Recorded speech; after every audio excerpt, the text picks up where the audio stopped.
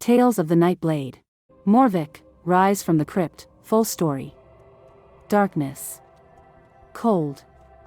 Silence. Then, a whisper. Rise, Morvick. The grave no longer binds you. His fingers twitched. Bone scraped stone as he sat upright inside a cracked coffin. The air, dry and bitter, filled his lungs for the first time in death. Fog still clung to him, but something deeper burned, freedom. A shadow loomed. Black robes, pale skin, glowing violet eyes. The Dark Lady Sylvanas has chosen you. You are forsaken now. Free from the Lich King's will. If you wish to serve, speak with Undertaker Mordo. Morvick stepped from the tomb into the twilight haze of Deathknell. The sky above was the color of ash. Around him, the newly risen stirred, not enemies, not allies, just others.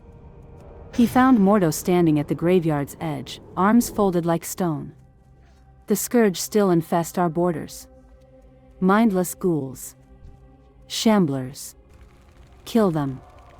We do not suffer those who still serve the Lich King. Magic tingled in Morvick's fingertips, raw, crackling. Flames and frost. Beyond the broken fence, the rot waited. The moaning of the undead echoed through the trees.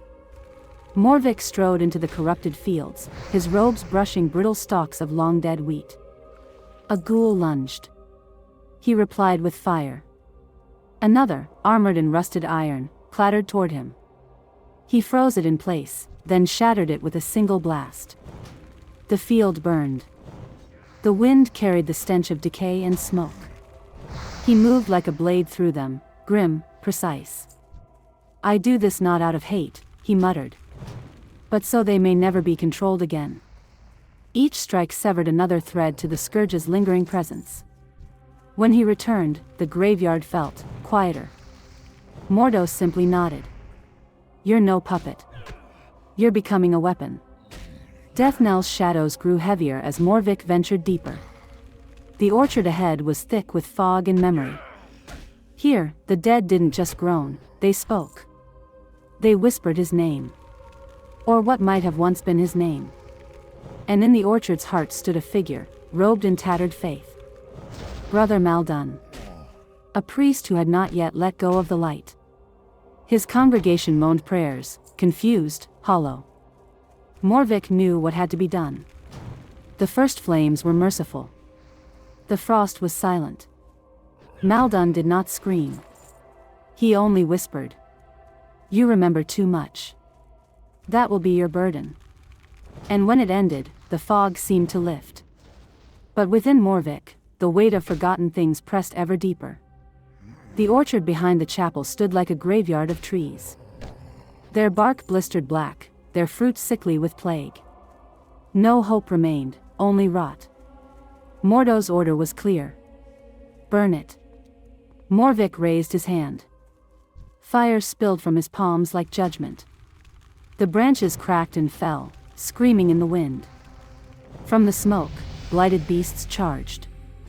Aberrations of the plague, flesh hanging, eyes blind with rage. Morvick met them with fury of his own.